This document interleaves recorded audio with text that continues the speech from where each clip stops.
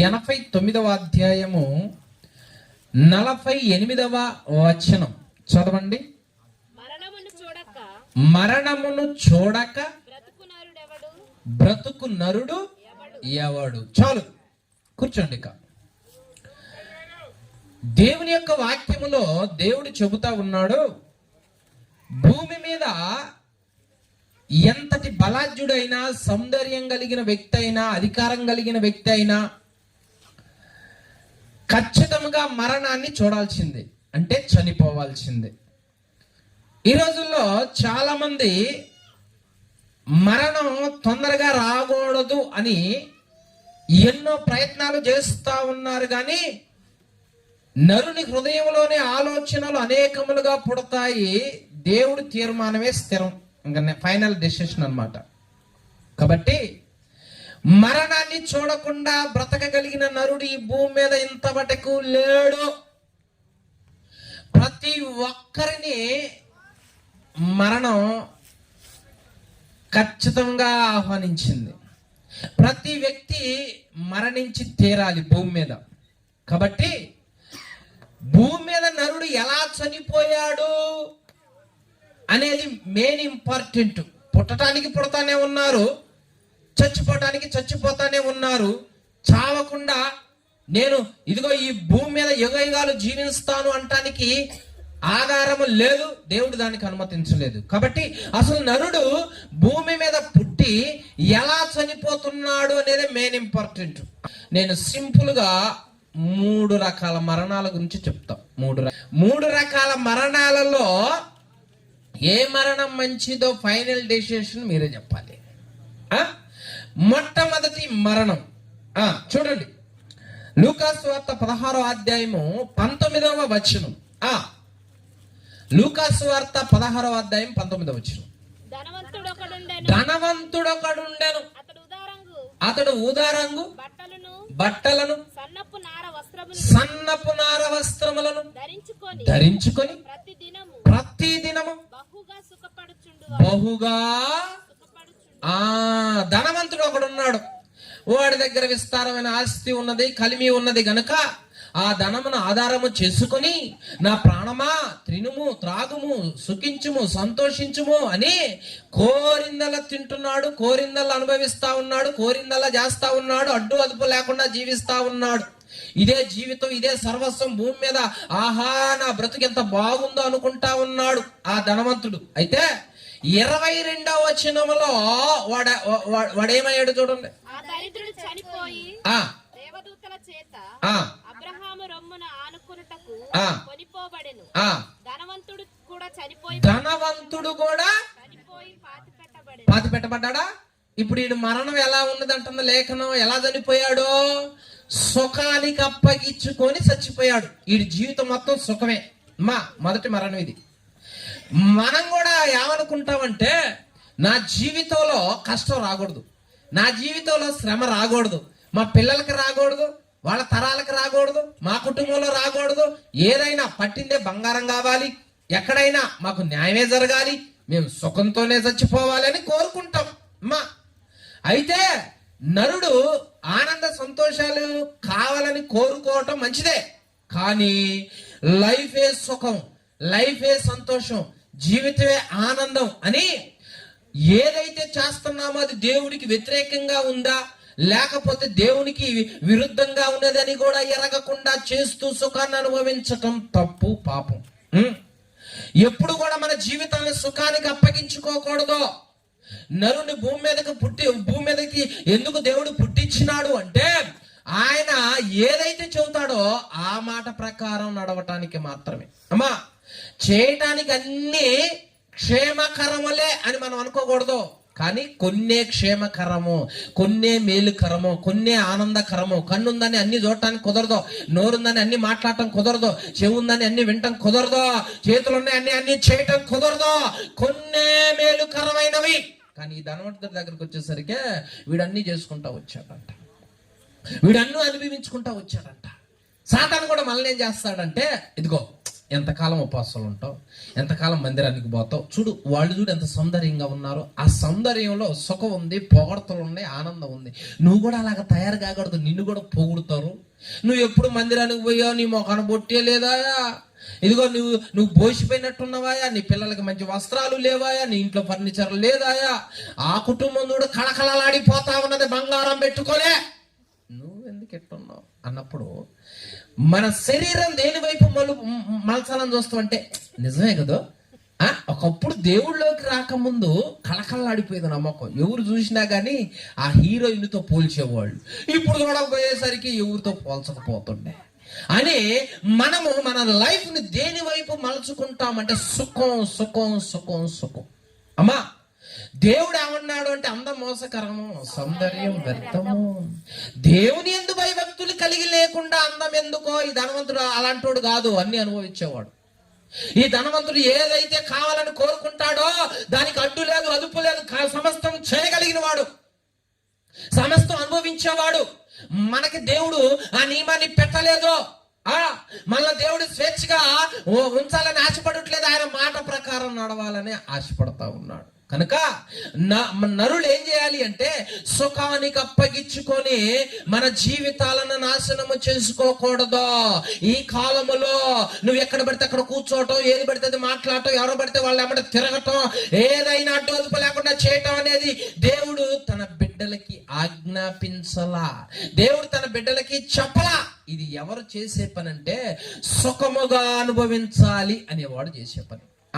నా దగ్గర ఉన్నది ధారాళంగా ఖర్చు పెట్టాలి, అది దేనికైనా సరే అని.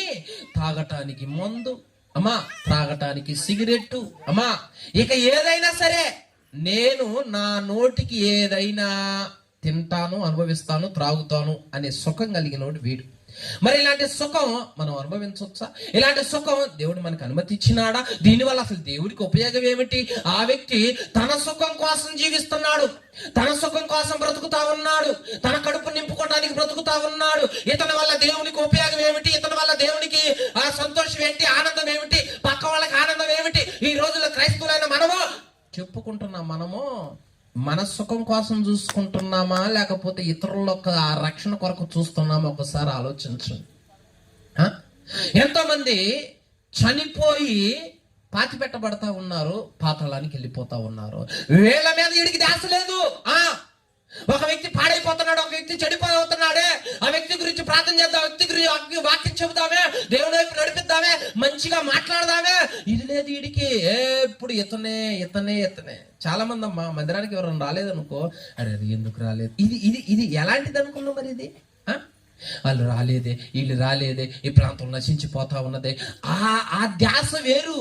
ఈడు ఎప్పుడు ఈడు సుఖం కోసమే చూసుకునేవాడే కదా. చాలా మందికి ఇళ్లలో అది లేదు ఇది లేదు అని బాగా ధ్యాస ఉంటది, అజ్జంపాయలు ఇజ్జంపాయలు ధ్యాస ఉంటది. కానీ యేసుక్రీస్తు వారు తను తానే మహిమపరచుకోలేదు, తను తానే సంతోషపరచుకోలేదు కదా. ఇతరుల కొరకు అనగా మన కొరకు, సమస్త మానవాళి కొరకు ఆయన తన ప్రాణాన్ని అర్పించినాడే. ఈ మనసు మనం కూడా కలిగి ఉండాలి. గాని సుఖం వైపు వెళ్ళి దేవుడు ఎందుకు భూమి మీదకి మనల్ని పుట్టించాడో పంపించాడో ఎరగకుండా ఉంటే ఇతనులాగా సుఖంలో చచ్చిపోవాల్సి వస్తుంది. ఇతరులాగా ఆ సుఖమే జీవితం అయిపోవాల్సి వస్తుంది. ఇప్పుడు సుఖమే, అది 70 సంవత్సరాలు లేదా 80 సంవత్సరాలు, అది కూడా గ్యారంటీ లేదు. ఇదే సుఖం అని అనుకో, నీ స్నేహితుల మాటలు నమ్మి, నీ బంధువుల మాటలు నమ్మి, ఈ సమాజం మాటలు నమ్మి, చూసే దృశ్యాల మాటలు నమ్మి అటువైపే వెళ్ళిపోతే చివరికి ఏమైపోతా ఉందంటే వాళ్ళ లైఫ్ పాతాళం కాల్చుతా ఉన్నదంట. అతన్ని అది వరకేమో కోడిని కాల్చుకుని తినేవాడు, ఇప్పుడు ఏమైనా కాలుతున్నాడు అక్కడ. అమ్మా, అది వరకు మొక్కలు కాల్చుకుని తినేవాడు, ఇప్పుడు ఏమైనా కాలిపోతున్నాడు. ఏంటే ఇక్కడ కూడా కాలిపోతున్నాను అంటున్నాడు. వాడికి ఇంకా భయం రాలా మరి. ఆలోచించు, పాతాళమునకు తృప్తి లేదు, అది ఎప్పుడు నోరు తెరిచే ఉంటదే. చక్రంగా మందిరానికి వస్తున్నా నీవు, భక్తి చేస్తున్నా నీవు, నీ పిల్లలు నడిపించుకుంటున్నా నిన్ను, రాగటానికి అనుక్షణం సుఖం వైపు నడిపించటానికి, ప్రార్థన చేయకుండా ఉంచడానికి, కన్నీరు కార్చకుండా ఉండటానికి సుఖం వైపు రా అని ఆహ్వానిస్తా ఉంటాడు వాడు. మనం ఏం చేయాలి? అది దేవుడు నాకు పెట్టలేదు, అది నా పని కాదు, అది ఒకప్పుడు నేను చేసింది. అది అమ్మా, ఒకప్పుడు నా కన్నుకి అదుపు లేకుండా చూసా, అది సుఖం అనుకున్నా, కానీ దాని వలన నష్టమే నాకు వచ్చింది. ఒకప్పుడు పరశరీరము సుఖం అనుకున్నా, దాని వల్ల నష్టమే అని నాకు తెలిసింది, అది వద్దు అనే జ్ఞానం మనకు ఉంటే సుఖం వైపు మనం పరిగెట్టడానికి ఇష్టపడం. ఎందుకంటే దేవుని బిడ్డకి సంతోషం, ఆనందం, సుఖం ఏడంటే పరిశుద్ధాత్మలో ఆనందించటం. హల్లెలూయా. కుటుంబం మొత్తం రక్షించబడటం, దేవుని బిడ్డకి ఆనంద సంతోషాలు. అది లేకుండా సంతోషం, అది లేకుండా ఆనందం ఎక్కడ ఉన్నది? ఒక వ్యక్తి సుఖానికి అప్పగించుకుని పాతాళంలో కాలిపోతా ఉంటే ఈ భూమి మీద ఆ సుఖం ఎందుకు, ఆ సంతోషం ఎందుకు? ఇంట్లో ఫర్నిచర్లు ఉన్నాయి, ఆ వస్త్రాలు ఉన్నాయి కట్టుకోవటానికి, ఉండటానికి మంచి ఇల్లు ఉంది. ఆ వ్యక్తి సుఖం సుఖం అని అనుకుంటా ఉంటాడు, మరి చచ్చిపోతాడు. దేవుడు ఏమంటా ఉన్నాడంటే, ఇదిగో చూడు, ఇదేగా నీకు సుఖం, ఈ సుఖమే కదా నువ్వు అనుభవించింది, ఇప్పుడు ఇక్కడ యుగాలు ఉండాలి. ఇది సుఖంగా ఉందా నీకు?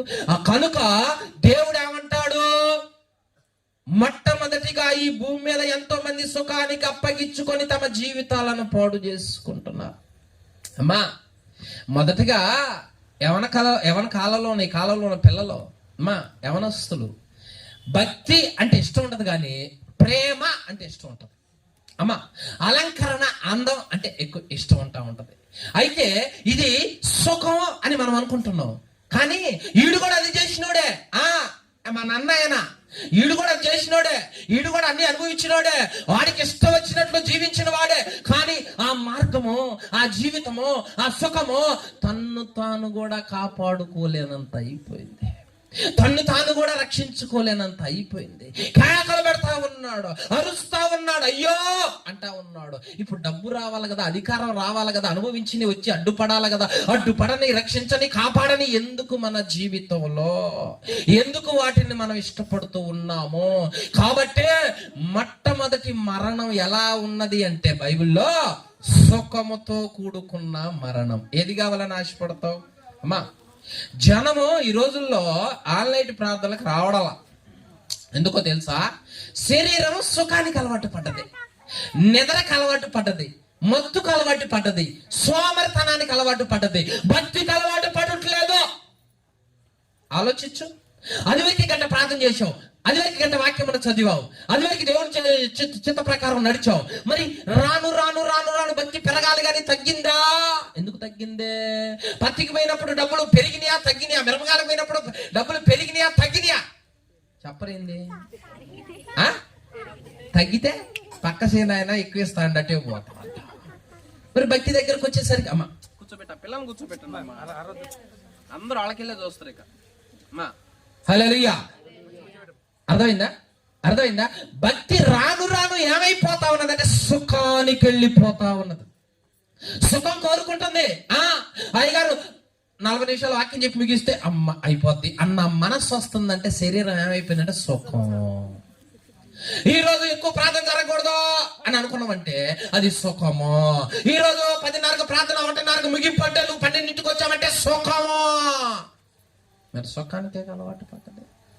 ఆదివారం మొత్తంలో 3 గంటల మందిరంలో గడపకుండా నువ్వు సగం దెగ్గొట్టి సగం ఎగ్గొట్టి మధ్యలో వచ్చి ఏంది నాకు స్వస్థత రాలేదు ఏంది అంటే సుఖానికి నువ్వు అలవాటు పడి, అదే సినిమా సగానికి వావు, అదే సీరియల్ సగంలో వావు ముందే ఉంటావు, ఆటల్లో సగానికి పోవు, పనికి సగానికి పోతావు, నీ పిల్లల్ని కాలేజీ స్కూల్కి సగానికి పంపిస్తావు అంటే పోరు. ఎందుకంటే మాస్టర్ గెట్ అవుట్ అవునా? మరి మందిరంలో అయ్యగారు మరి ఏమనలేడుగా, మరి ఏంది ఆయన కోపం ఎక్కువ అని అట్లా అంటాడు. ఏంది ఎప్పుడు ఏమైంది అంటాడు. అమ్మా, దేవుడి దగ్గర సుఖానికి అలవాటు పడితే శరీరం ఇది ఎట్లానే మాట్లాడుతుంది, ఎట్లానే ఉంటది. ఆ రోజుల్లో అలా కాదు. విశ్వసించిన వారందరూ ప్రతిరోజు తప్పక దేవాలయంలో కూడుకొని ఇంటింటా తిరుగుతూ రొట్టె విరుచుతూ అందరికి సువార్త ప్రకటిస్తా ఉన్నారు. సుఖం కోరుకోలే వాళ్ళు. వాళ్ళ ముందు ఆస్తులు కూడా లెక్క లేకుండా ఉన్నాయి, వాళ్ళ ముందు ఏది వాళ్ళకు విలువ లేదు. దేవునిలో ఆనందం, పరిశుద్ధాత్మలో సంతోషం, క్షేమాభివృద్ధి కోరుకున్నారు వాళ్ళు. నీ పిల్లలు ఎలా ఎదగాలి, నీ కుటుంబాలు ఎలా ఎదగాలి, నీ జీవితాలు ఎలా ఎదగాలి, నీ ఆత్మీయ జీవితాలు ఎదగాలి. అలా ఎదగాలని కోరుకుంటే మంచిదే. ఈ వ్యక్తికి ఇంకే ధ్యాస ఉండదు.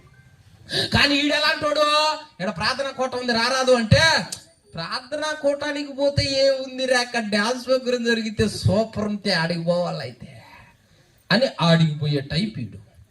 అర్థమైందా? అందరూ భక్తి చేస్తా ఉన్నారు కదా, దేవుడు రాకడ వస్తా ఉన్నది కదా, ఇకనైనా నీకు భయం లేదా అని ఈడికి చెప్తే ఈడంటాడు ఇలాంటోడు, పిచ్చోడా, భూమి పుట్టిన కాంచి ఆకాశం అంతే ఉంది, భూమి అంతే ఉంది, సూర్యుడు వస్తుండో చంద్రుడు వస్తున్నాడు, వండుకుంటున్నావు తింటున్నావు, ఇంకే రాకడరా, ఏ యుగంలో ఉన్న కంప్యూటర్ కాలం ఇది అంటున్నాడు. అమ్మా ఏ కాలంలో ఉన్నాయి? ఫ్యాషన్. ఈ కాలంలో చదువుకునే వాళ్ళు ఈ చేస్తే నమ్మరు. ఫ్యాషన్, భక్తి ఫ్యాషన్ అయిపోయింది, వస్త్రధరణ ఫ్యాషన్ అయిపోయింది, మాట ఫ్యాషన్ అయిపోయింది, అన్ని ఫ్యాషన్ అయిపోయింది. ఫ్యాషన్ కాబట్టి ఈడు కూడా ఇలాంటోడే, ఈ టైపోడే. దేవుడు ఏమన్నా చూశాడు, రే సరే నీది ఫ్యాషన్ నాది ఫ్యాషన్ చూద్దాం అని వాడికి టైం ఇచ్చాడు. ఎవరు చెప్పినా వినట్లా, ఆహా ఆహా అని తేలిపోతా ఉన్నాడు. సమయం ఆసన్నమైనది, వాడు చనిపోయే సమయం ఆసన్నమైనది, ఇంకా రక్షించబడతాడేమో, ఇంకా మాటలు వింటాడేమో, ఇంకా క్రమశిక్షణ చూపుతాడేమో, భయం కలిగి ఉంటాడేమో అని దేవుడు ఆశపడ్డాడు. కానీ ఆడు వచ్చే స్థితిలో లేడు. సుఖం అట్లా బంధించింది. సుఖం ప్రార్థన 9ంటికి లేచి చేయాలి అనుకున్నాం అనుకో, గవిక్కి లేచి చేయాలి, అంతే. శరీరం అదుపులో ఉంటే. కాదులే ఇంకాసేపు నిద్రపోదాంలే అంటే శరీరం సుఖానికి అలవాటు పట్టలే. అంతే మరి. వాకి ఈరోజు గట్టిగా చదువుదాంలే, నేను వెనకబడ్డాలే, పరిచయాలు వెనకబడ్డాలే అని అనుకోవటం మంచిది, దాన్ని చేయటం ఇంకా మంచిది. కానీ ఈ రోజు కాదులే రేపు అన్నాం అంటే శరీరం మత్తుకు అలవాటు పడింది అని అర్థం. మరి నువ్వు దేన్ని ఆలోచిస్తున్నావు ఒకసారి ఆలోచించు. ఈ ధనవంతుల లక్షణాలు మనలో ఉంటే మన జీవితం ఎలా తెల్లారిపోతుంది, ఎలా చనిపోవాల్సి వస్తుంది ఒక్కసారి ఆలోచించు. దేవుడు పుట్టించింది ఎందుకో తెలుసా? ఈ భూమి మీద ఏ వ్యక్తిని నిష్ప్రయోజకుడిగా పుట్టించడానికి ఆయన ఇష్టపడడో ప్రయోజనం కోసమే. కాదు మధ్యలో కొన్ని మనల్ని ఏం చేస్తాయంటే శరీరాన్ని సుఖం వైపు నడిపిస్తాయి, వ్యర్థమైన వాటి వైపు నడిపిస్తాయి, వ్యర్థమైన ముచ్చట్ల వైపు నడిపిస్తాయి, ఆకర్షణ వైపు నడిపిస్తాయి, లోక వైపు నడిపిస్తాయి. వాటి వైపు నువ్వు నీ పిల్లలు పయనిస్తే ఈ వ్యక్తి సుఖంలో ప్రాణం పోగొట్టుకున్నట్లుగా ఉంటుంది.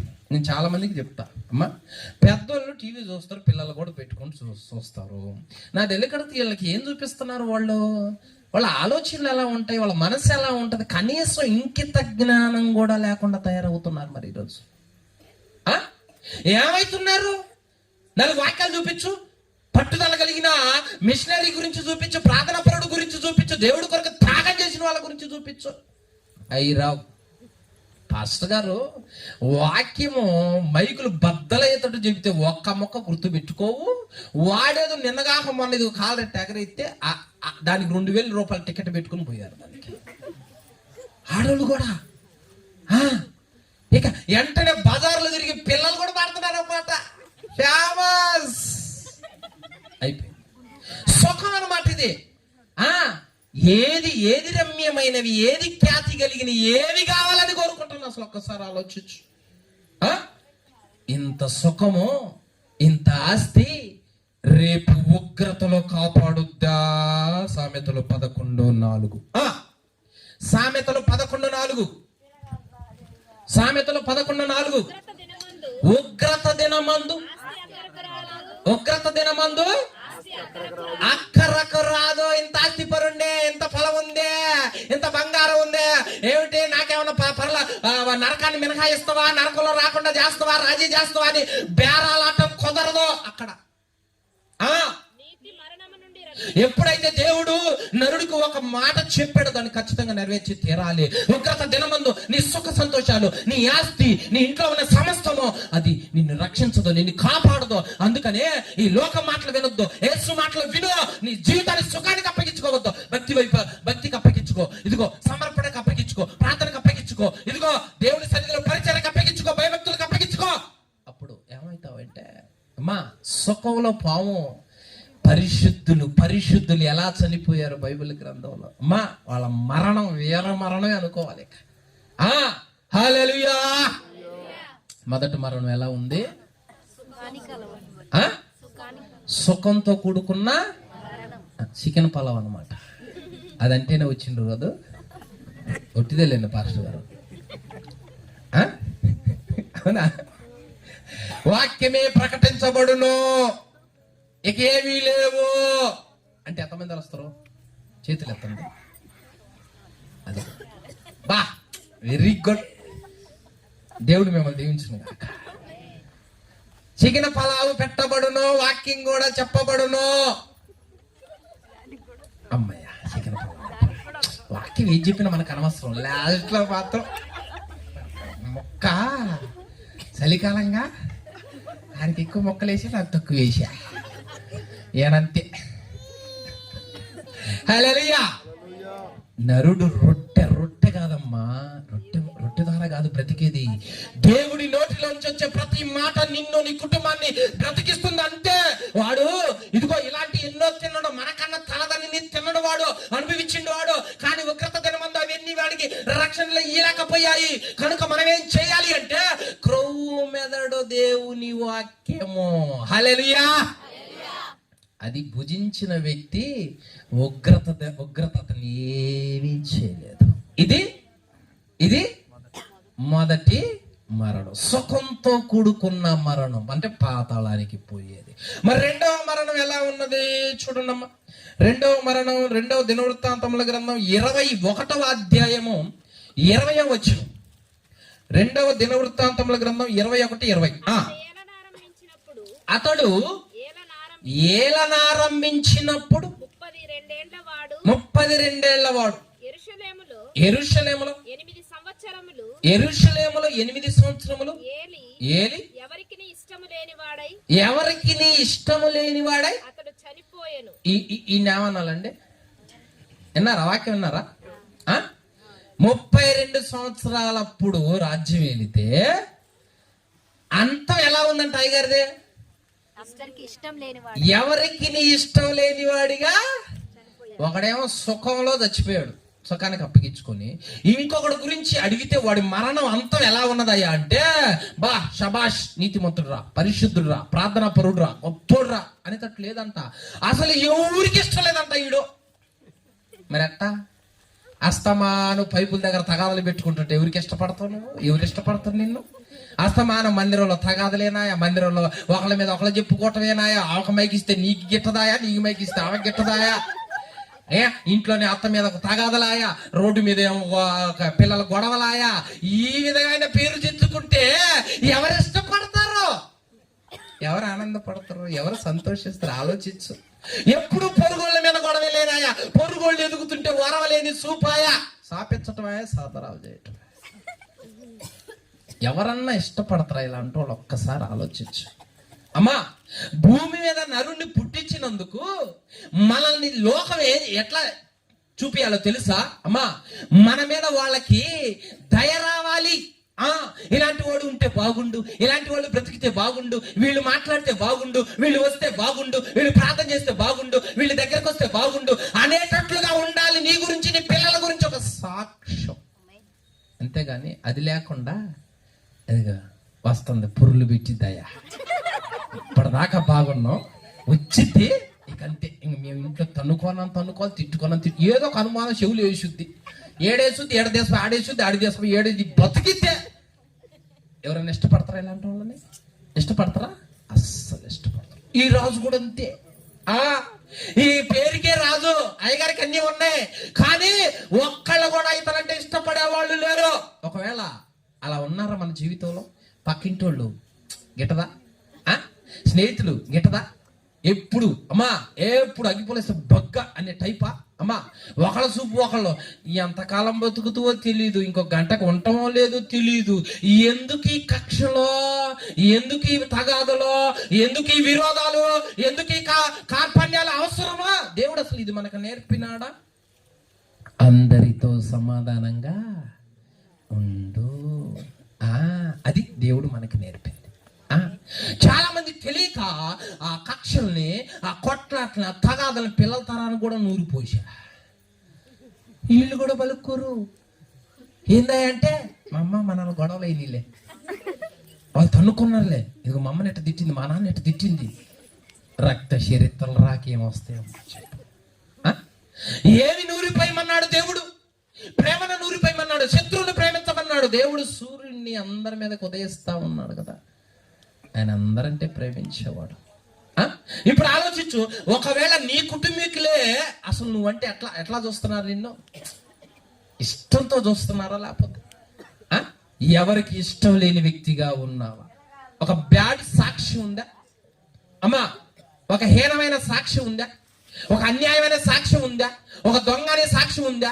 ఒక వ్యభిచారనే సాక్షి ఉందా? ఒక దోపిడీదారుడైన సాక్షి ఉందా? ఒక చెప్పుడు మాటలో ఇదిగో చెప్పేవాడన్న సాక్షి ఉంది? ఏ సాక్ష్యం ఉంది? ఒక్కసారి ఆలోచించు. యవనస్తులారా బాగా ఆలోచించు. అమ్మా నా వైపు చూడు, నా వైపు చూడు. చిన్నపిల్ల తర్వాత నా వైపు చూడు. హల్లెలూయా. అమ్మా అర్థమైందా? ఏ సాక్షి ఉంది వెనకే? ఏ సాక్షి ఉంది చెప్పరేంది? ఎవరికి అంటే వాళ్ళ ఇంట్లో వాళ్ళకు కూడా ఈయనకి ఇష్టం, ఈయనంటే ఇష్టం లేదు. అవునా? అవునా? ఈ రోజుల్లో పిల్లలంటే తండ్రికి ఇష్టం కలగట్లా. ఎందుకంటే ఆయన చెప్పినట్టు ఇంట్లో రూట్ మ్యాప్ ఒకటే, వీళ్ళ డైరెక్షన్ ఒకటే, వీళ్ళ ప్లాన్ ఒకటే, వీళ్ళ హైట్ ఒకటే, వీళ్ళ అందం ఒకటే, వీళ్ళ వివాహం ఒకటే. తండ్రికి ఏమి ఇష్టం ఉంటది, ఇంకా తల్లికి ఏమి ఇష్టం ఉంటది? ఇంకా ఈ పిల్లలకి తండ్రి అంటే ఇష్టం ఉన్నట్లా. ఒక ఇంట్లో ఒకరికి విరోధాలు, ఒక ఇంట్లో ఒకరికి కక్షలు, అన్నదమ్ముల మధ్య కక్షలు, భేదాభిప్రాయాలు. ఎందుకు ఇది కలుగుతున్నాయో తెలుసా?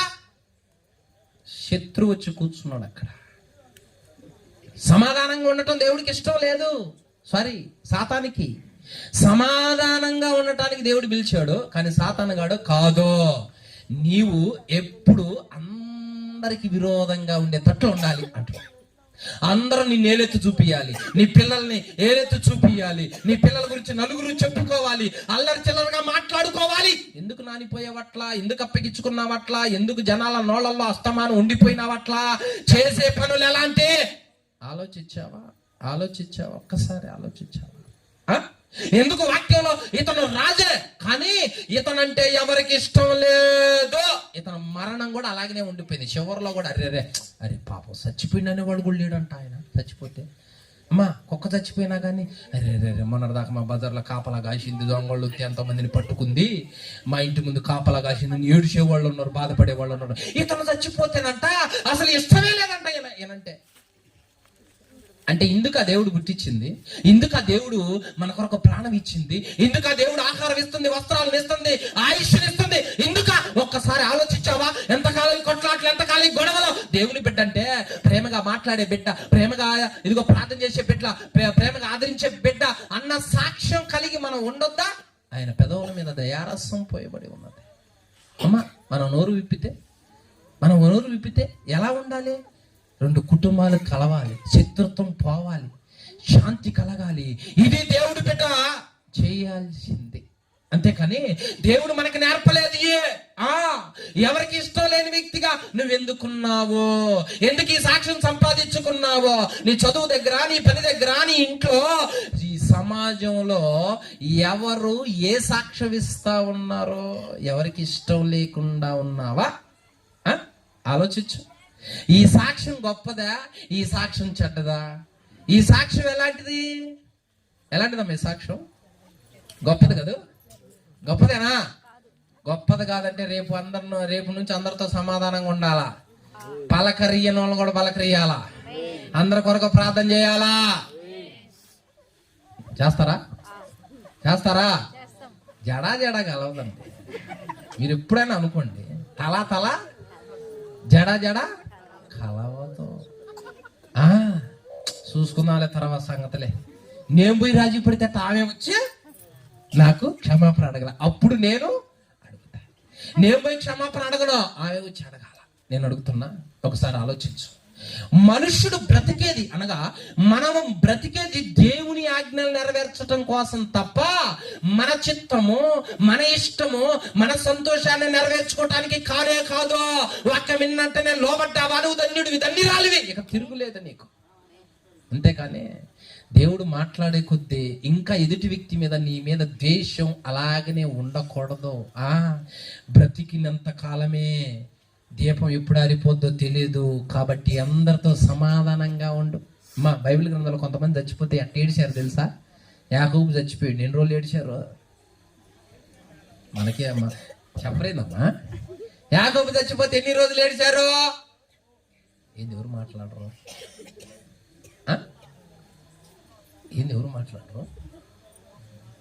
యాకోబు చచ్చిపోతే ఎన్ని రోజులు ఏడిచారమ్మా? ఓ షిట్ పాస్టర్, 70 రోజులు అనుకుంటా. చూడమ్మా ఎవరు అవును అన్నారు. 70 రోజులేనా? 70 రోజులేనా? మరి ఏం చచ్చిపోతే ఒక్కళ్ళు కూడా ఎరవాలి ఒక రోజు కూడా. అర్థమవుతుందా అమ్మా? ఒక్క వ్యక్తి లేకపోతే ఆ తీరని లోటు ఎలా ఉంటుందో తెలుసా? ఇతను ఉన్నప్పుడు ఎంత బాగుందంటే అంత ఆనందంగా ఉందే. నన్ను రక్షణలోకి నడిపించిండు, ప్రాంతంలోకి నడిపించిండు, మంచి చెట్ల తెలియపరిచిండు. లోకంలో ఉన్నప్పుడు ఇదిగో నా కొరకు ఉపవాసాలు కన్నీరు కార్చిండు. అతను లేకపోతే అంత జ్ఞాపకం, 70 రోజులు ఒక వ్యక్తిని జ్ఞాపకం చేసుకున్నాడంటే ఆ వ్యక్తి అంత విలువైనోడై ఉండాలి, ఆ వ్యక్తి ఎంత గొప్పడై ఉండాలి. ఈ రోజు మరి ఇంట్లో చనిపోయింది ఎవరు? నాగమ్మ గారు చనిపోయారు. మనం జ్ఞాపకం చేసుకుంటాం. మంచి సాక్ష్యం ఇచ్చారు దైవజనులు వీళ్ళు కూడా. మా అవునా? మంచి సాక్ష్యం ఇచ్చారు. చనిపోయిన వ్యక్తిని జ్ఞాపకం చేసుకుంటున్నాం అంటే అర్థం ఏమే అనగా అమ్మా, ఒకటి ఆ వ్యక్తి అసలు హీనంగా అన్నా ఉండాలా, ఆ వ్యక్తి నెంబర్ 1 భక్తిపరుడైనా ఉండాలి. మరి ఇంకంతే, బతికినంత కాలం తాగి తాగి తాగి నన్నేదిచ్చా, మా పిల్లల్ని ఏదిచ్చా. సాక్ష్యాలు కొంతమంది తర్వాత కూడా చెప్తా 3వ పాయింట్ వచ్చినప్పుడు. అమ్మా ఇప్పుడు రెండవ సాగు ఎలా ఉన్నదంట?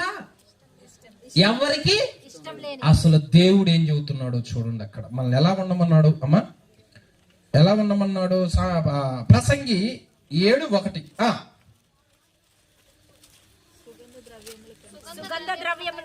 సుగంధ ద్రవ్యముల కంటే మంచి పేరు అది అది అది అమ్మా. మనల్ని ఎలా బ్రతకమంటున్నాడు దేవుడు? ఏ పేరుంది మందిరంలో? అమ్మా ఆ కరగంట కూర్చొని పోయే పేరుందా? భోజనం పెట్టే సమయానికి వస్తున్నాడు అనే పేరుందా? పాస్టర్ గారి ఇంటికి వస్తే డబ్బులకి వస్తాడో అనేటట్టు పేరుందా? ఏం చెప్పరు. వామ్మో, ఇవన్నీ మొత్తం నిజాలే మాట్లాడుతుండే. ఇవే 2 నెలల తర్వాత 3 నెలల తర్వాత పిలిచి మొత్తం ఇదే మాట్లాడుతుంది. పాస్టర్ గారు నాకేం చెప్పలేదు, మా ఆయన ఎప్పుడు నాకేం చెప్పలే. అట్లేం చెప్పరు దైవజనుడు. హల్లెలూయా. అర్థమైందా? ఏ పేరు మేలు అమ్మా? సుగంధ తైలము కంటే. సుగంధ తైలం ఎవరన్నా రాసుకుంటే స్మెల్ వస్తుంది, ఆనందం వస్తుంది. దేవుడు ఏమన్నాడంటే దానికన్నా మంచి పేరు అంటున్నాడు. అంటే నువ్వు ఎక్కడికి వెళ్ళినా నీ గురించి మంచి చెప్పాలి, మంచి సాక్ష్యం ఇవ్వాలి, నీ స్నేహితులు ఇవ్వాలి, నీ ఇంట్లో వాళ్ళు ఇవ్వాలి, సమాజం ఇవ్వాలి. దేవుని పెట్టంటే అలా ఉండేవాడు, గొప్పోడిగా ఉండేవాడు.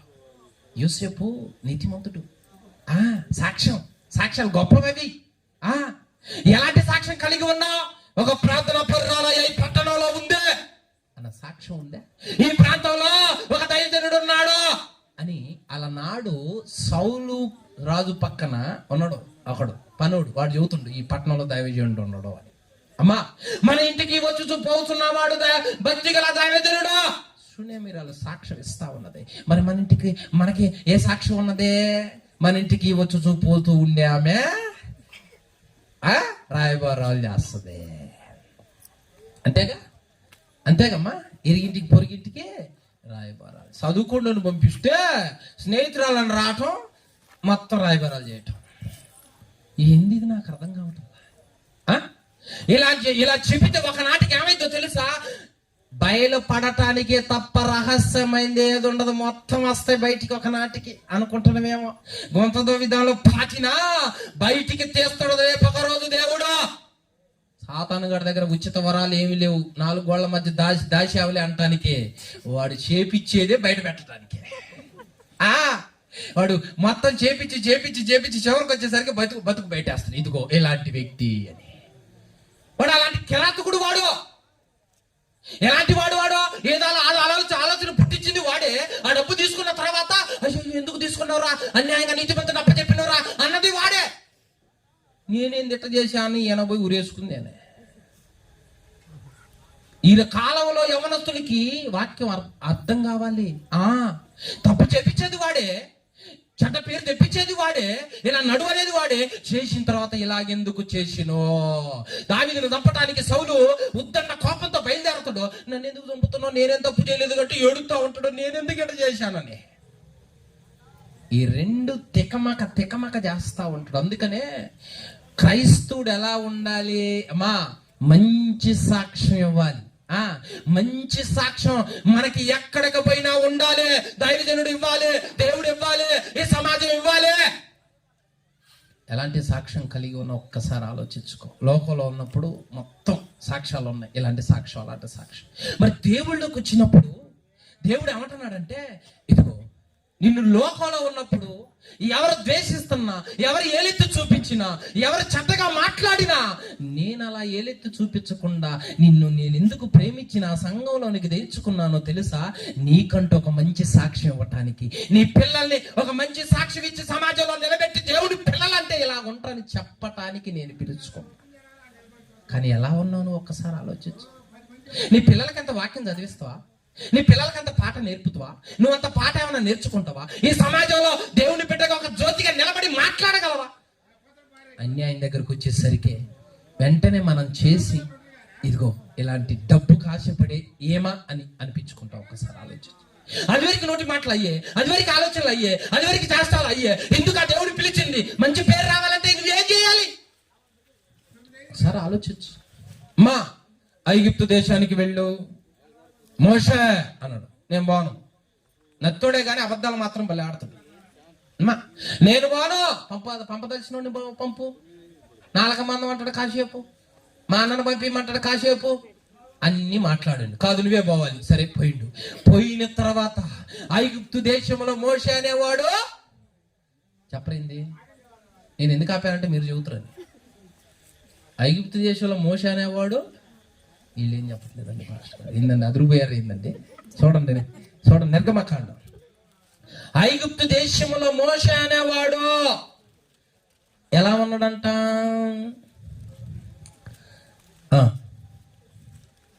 నిర్గమకాండము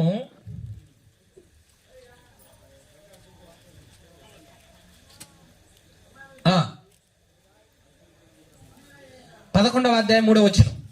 నిర్గమకాండం 11వ అధ్యాయం 3వ వచనం.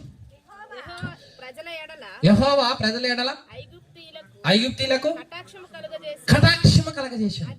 అదిగాక ఐగుప్తు దేశంలో మోషే అను మనుషుడు ఫరో సేవకుల దృష్టికి ప్రజల దృష్టికి మిక్కిలి గొప్పవాడాయన. హల్లెలూయా. ఎక్కడో దిక్కు లేక వాళ్ళమ్మ అమ్మా ఏటి ఒడ్డును వదిలిపెట్టింది ఆ బిడ్డని.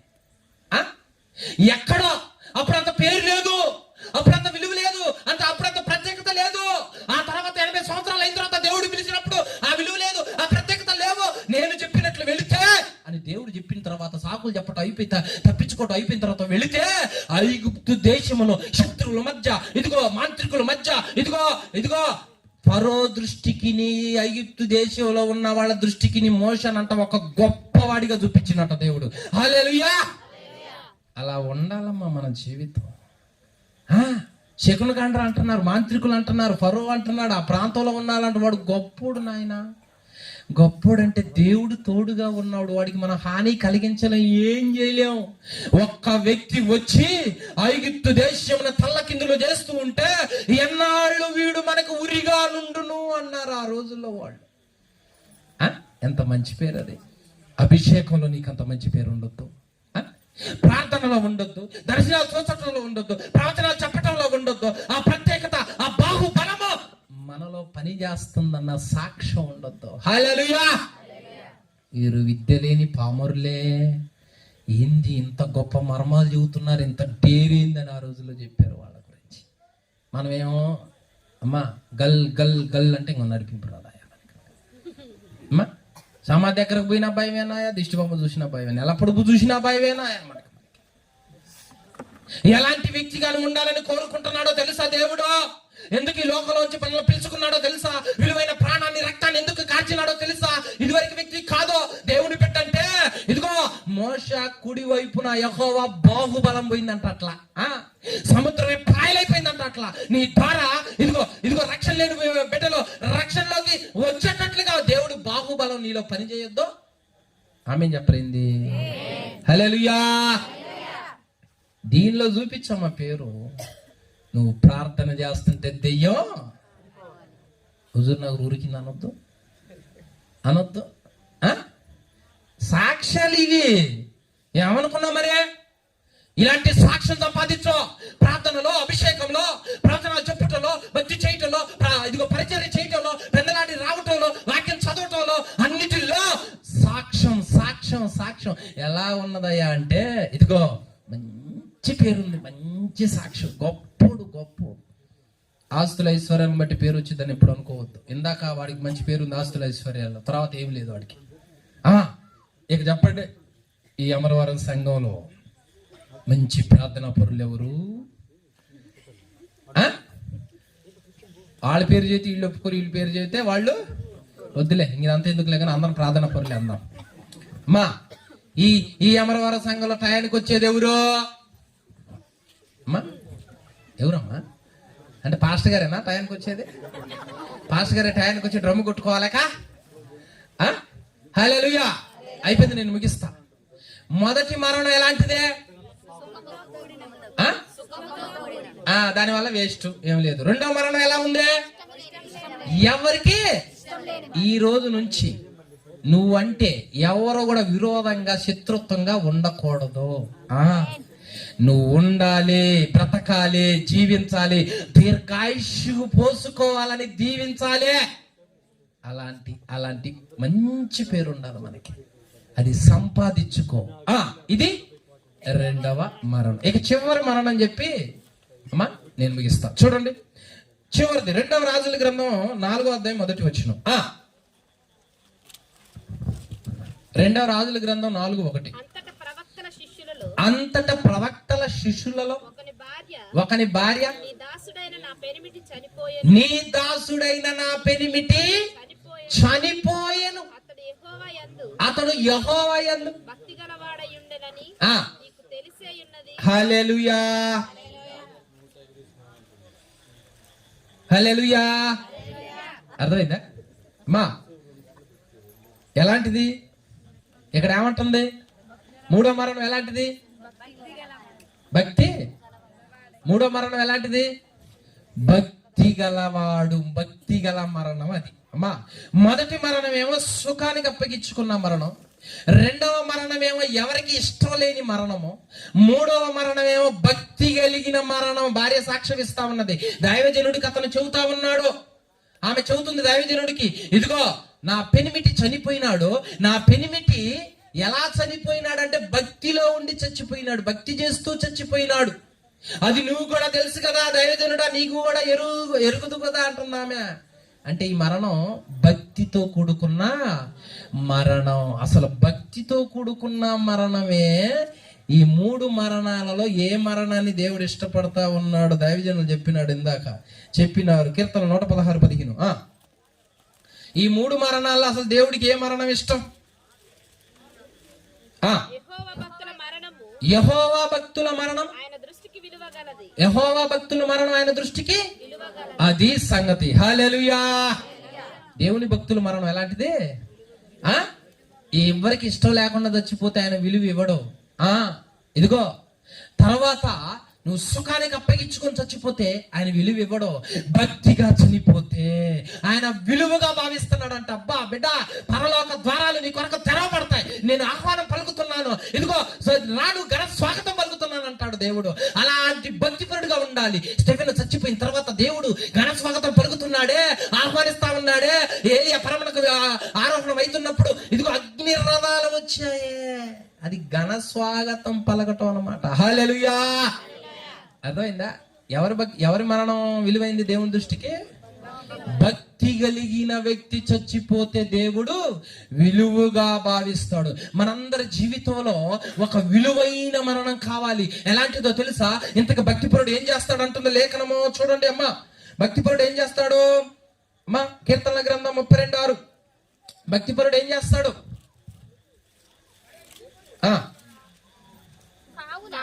కావున నీ దర్శన కాలమందు భక్తి గల వారందరూ, భక్తి గలవాడు చేసే మొదటి పని ఏంటి? ప్రార్థన. అది ఆపుకొని అతను ఏం చేయడు. నెంబర్ 1 మొదటిగా మా ఈ సమాజానికి ఎవరు కావాలో తెలుసా? భక్తి పరులు, అంటే ప్రార్థనా పరులు. దేవుడు భక్తి పరులను విలువగా చూస్తున్నాడంటే ఆ మరణాన్ని అర్థం ఏంటంటే వాళ్ళు ప్రార్థన చేస్తారు. ప్రార్థన ఆహారమైన మానుకుంటారేమో కానీ ప్రార్థన చేయటం వాళ్ళు మానుకోరు. వాళ్ళు దేవుడికి మొరపెట్టండి, దేవుడితో మాట్లాడండి, ప్రార్థన చెయ్యండి, వాళ్ళకి మనశ్శాంతి ఉండదు, సంతోషంగా ఉండదు, ఆనందంగా ఉండదు. ఎందుకంటే దేవుడితో మాట్లాడే వాళ్ళు, ప్రార్థన చేసే వాళ్ళు ఎలాంటి క్షేమాన్ని కలగజేస్తారో తెలుసా? దేశానికే క్షేమాన్ని కలగజేస్తారు. చూడండి ఎక్కడ, చూడండి మత్తయి సువార్త చూడండి అమ్మా, ఇర్మియా గ్రంథం 29:7. ప్రార్థనా పరుడు అంటే ఎవరికి మేలు? చూడు, ఇర్మియా గ్రంథం 29:7. నేను మిమ్మును చెరగొనిపోయిన పట్టణము యొక్క క్షేమము కోరి దాని కొరకు యెహోవాకు ప్రార్థన చేస్తే ఏమైద్ది? ప్రార్థన చేస్తే ఏమైద్ది? కరెక్టేనమ్మా. ప్రార్థన చేస్తే ఏమైద్ది? పట్టణానికి ఏమైద్ది? అదే పట్టణంలో ధనవంతులు ఉన్నందుకో దేవుడు సంతోషించట్లా. ప్రార్థనా పరులుంటే ఆ ప్రార్థనా పరుని బట్టి ఆ పట్టణం అంతా క్షేమంగా ఉంటది. అయ్యా, ఈ పట్టణంలో రోగం రాకుండా కాపాడయ్యా, ఈ పట్టణంలో ఉన్న బలహీనలను రక్షించయ్యా, ఈ పట్టణంలో ఉన్న కీడును తొలగించయ్యా, ఈ పట్టణానికి సమృద్ధిని ఇయ్యయ్యా అని దేవుడితో మాట్లాడి ప్రార్థన చేసేవాడి వల్ల ఆ పట్టణానికి అనగా ఆ దేశానికి అనగా అమ్మా అక్కడ ఆ ప్రాంతానికి క్షేమం కలుగుద్దంట. చూసావా? మరి భక్తిపరుడు అంటే ఏమనుకున్నావు? భక్తిపరుడు ఎప్పుడు తన సుఖం కోసం చూసుకునేవాడు కాదు, అందరి కోసం చూసేవాళ్ళు. ఈ ప్రాంతంలో పంటలు బాగా పండాలి, ఈ ప్రాంతంలో అందరూ రక్షించబడాలి, ఈ ప్రాంతంలో చదువులో బాగుండాలి, అన్నిట్లో దేవుడికి దూపం వేసి ప్రార్థన చేసి అయ్యా దేవుడికి మొరపెట్టే వాళ్ళని బట్టి పట్టణం అంతా క్షేమంగా ఉంటది. దొంగలు పడకూడదు, దోపిడిదారులు పడకూడదు, చేతపడులు జరగకూడదు. అయ్యా కాపాడు అన్నప్పుడు దేవుడు సంతోషిస్తారంట. అబ్బా పట్టణాన్ని బట్టి ప్రార్థన చేస్తున్నావు, నిన్ను బట్టి పట్టణాన్ని జీవిస్తా, నిన్ను బట్టి పట్టణాన్ని రక్షిస్తా, నిన్ను బట్టి పట్టణంలో ఉన్న ఆత్మను రక్షిస్తా అన్న భావన కలిగి ఉంటాడంట దేవుడు. అందుకనే భక్తి పరుడు మరణం దేవుడికి ఇష్టం. నీ ప్రార్థన బట్టి నీ కుటుంబానికి రక్షణ, నీ ప్రార్థన బట్టి ప్రాంతానికి రక్షణ, నీ ప్రార్థన ఆగిపోతే రక్షణ లేదు. ఎంత బాధపడతాడో తెలుసా దేవుడు, ఎంత వేదన పడతాడో తెలుసా? నువ్వు ప్రార్థనలోకి ఎప్పుడు వస్తావు? నీ తెగింపులోకి ఎప్పుడు వస్తావు? ఎక్కడైనా ఉపవాసాలు ఉండి, ఎక్కడైనా కన్నీరు గారు, ఎక్కడైనా మొదటి స్థితికి రా. భక్తి పరుడు ప్రార్థించేవాడు దేని కొరకు తెలుసా? దేశం కొరకు, ప్రాంతం కొరకు, ఇంటి కొరకు, అందరి కొరకు చేస్తాడు. తప్పిపోతున్న వాళ్ళ కొరకు చేస్తాడు, మందిరంలో ఆగిపోయిన వాళ్ళ కొరకు చేస్తాడు, దైవజనుల కుటుంబం కొరకు చేస్తాడు, ఈ ప్రాంతంలో వర్షం కొరకు ప్రార్థన చేస్తాడు. ఇదిగో ప్రార్థన పరుడు దేవుడితో మాట్లాడుతూనే ఉంటాడు. విరామం లేకుండా కాపాడయ్యా, కాపాడయ్యా. దేవుడు ఎంత ఆశపడుతుంది తెలుసా? నీ భర్త రక్షించబడాల, నీకు బాధ లేదా? నీ పిల్లలు రక్షించబడాల, నీకు బాధ లేదా? వాళ్ళు చనిపోతే ఎక్కడికి పోతారని అనుకుంటున్నావో? నువ్వు ప్రార్థన చేయొద్దా? పట్టణానికి క్షేమాన్ని కలిగజేసి అంతుంది ప్రార్థనా పరుడు అంటే, భక్తి పరుడు అంటే. ఆ ప్రార్థన పట్టణానికి క్షేమం కలిగజేసిందంటే ఆత్మను రక్షిస్తాడు దేవుడు. నువ్వు ప్రార్థన చేస్తే ఇంట్లో వాళ్ళు కూడా రక్షించబట్టలేదంటే నువ్వు చేస్తున్నావా? అసలు నిజంగా చేస్తున్నావా? కన్నీరు విడుస్తున్నావా? భారంతో చేస్తున్నావా? సంఘంలో చేస్తున్నావా? ఎలా చేస్తున్నావు ఒక్కసారి ఆలోచించు. బుధవారం ప్రార్థన అంటే రావా, స్త్రీల కుట్టం అంటే రావా, ఎక్కడ కలిసి చేస్తున్నావు? ఎక్కడ ఇద్దరు ముగ్గురు కూడి ఉంటారు, నేను ఉంటానంటున్నప్పుడు నువ్వు కలిసి వచ్చి ప్రార్థన చేయొద్దు, మొరపెట్టొద్దా? భక్తుడంటే నాకు ఇష్టం, వాడు ఎలాంటి వాడు?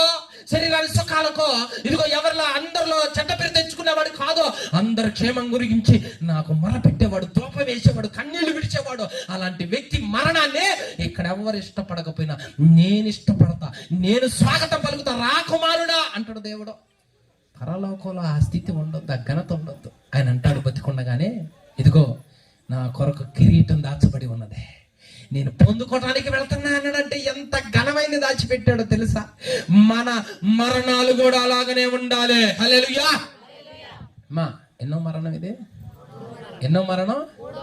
మూడో మరణం. భక్తుడు ఏం చేస్తాడు? ఇప్పుడు భక్తుడు ఏం చేస్తాడు? ప్రార్థన చేస్తాడు. కాబట్టి ఈ రాత్రి ఆల్రెడీ పెట్టుకోవాలి.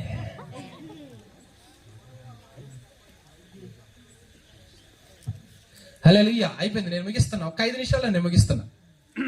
మా ఏడ ఆల్ నైట్ పెట్టుకోవాలి పాస్టర్ గారు. నేను ఇంకా ఎందుకంటే మీరు ఉండరు ఎట్టుకోడు, మీరు బాత్రూమ్ ఇంటికి మీరు ఉండరు ఇక్కడ. పాస్టర్ గారు నేను ఇంకా ఆల్ నైట్ పెట్టుకోవాలన్నమాట. అమ్మా భక్తిపరుడు చేసే మొదటిది ఏంటిది? ప్రార్థన. రెండవది నేను చెప్పి ముగిస్తా, చూడండి. మత్తయి సువార్త అపోస్తుల కార్యం 10వ అధ్యాయము అపోస్తుల కార్యం 10వ అధ్యాయము 1-2 వచనాలు. త్వరగా. భక్తిపరుడు ఇటలీ పటాలమనబడిన పటాలములో శతాధిపతి అయిన కొర్నేలి ఆ అని భక్తిపరుడు ఒకడు కైసరీలో ఆ ఉండెను. సార్ ఆయన ఎవరు? శతాధిపతి అయిన కొర్నేలి ఎలాంటోడు? భక్తిపరుడు ఎలాంటోడు? భక్తిపరుడు అంటుంది లేఖనం. ఆ భక్తిపరుడుకున్న ఆశ ఏంటంట 33వ వచనంలో? వెంటనే నిన్ను పిలిపించి తిని పేతురుని పిలిపించాడు అనమాట ఇంటికి. పిలిపించి ఏమంటున్నాడు? నీ వచ్చినది మంచిది, నీ వచ్చినది మంచిది, ప్రభువు నీకు ఆజ్ఞాపించినవన్నీ ప్రభు నీకు ఆజ్ఞాపించినవన్నీ వినుటకై ఇప్పుడు మేమందరము దేవుని ఎదుట ఇప్పుడు మేమందరం దేవుని ఎదుట ఇక్కడ కూడి ఉన్నామని చెప్పి కూడి ఉన్న మనం కూడా ఉన్నాం అన్నమాట ఇక్కడ దేవుడు చెప్పే మాటలు వినటానికి. హల్లెలూయా. భక్తిపరుల్లో ఉన్న మొదటి లక్షణం ప్రార్థన. భక్తిపరుల్లో ఉన్న రెండవ లక్షణం వాక్యం వింటాడు. అది వాక్యం వినటానికి ఇష్టపడతాడు. అందులో ధన లేదు, అందులో పేద లేదు, అందులో గొప్ప అని లేదు, అందులో అధికారం అని లేదు.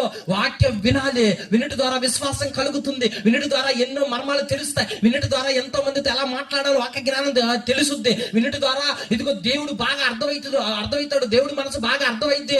కనుక వినటం నేర్చుకోవాలి. భక్తి పరుల్లో ఉన్న రెండవ లక్ష్యం. ఏం చేయాలమ్మా మనం? ఏం చేయాలి? వినుట ద్వారా కొర్నేలి అంటే శతాధిపతి అంటే 100 మందికి అధిపతి. వాక్యము పేతురు ఇంటికి వస్తే మేమందరం కూడి సిద్ధంగా ఉన్నాయా, నువ్వేం చెబుతావో వినటానికి అన్నాడు.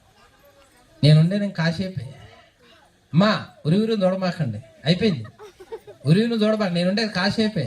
ఈ కాసేపు కూడా మీరు అమ్మా కాసేపు కూర్చోలేక అటు ఇటు తొరుగుతున్నారు అనుకో, నాకేమనిపిస్తుంది అంటే వినటానికి చెవి లేదు అని అర్థం. చెప్పా దోమలు కొడుతున్నా చూస్తా ఎంట వాక్యం అయితే దోమ ఏం చేస్తుందమ్మా? ఏం కాదు. మీ కుటుంబాలకి ఏం కాదు, మీ పిల్లలకి ఏం కాదు, మీ భర్తలకి ఏం కాదు. వాక్య వినేవాడిని సాతానుగాడు కదిలేలేని కత్తే. హల్లెలూయా.